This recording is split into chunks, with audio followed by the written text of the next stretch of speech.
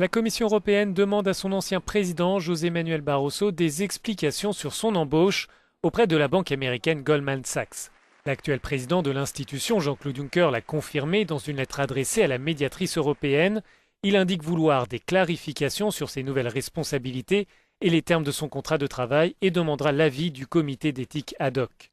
Cette prise de position fait suite à la mèche rallumée la semaine dernière par la médiatrice de l'Union.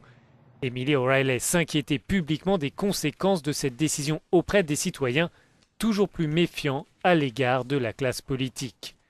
Cette affaire a aussi provoqué une levée de boucliers au sein de la fonction publique européenne.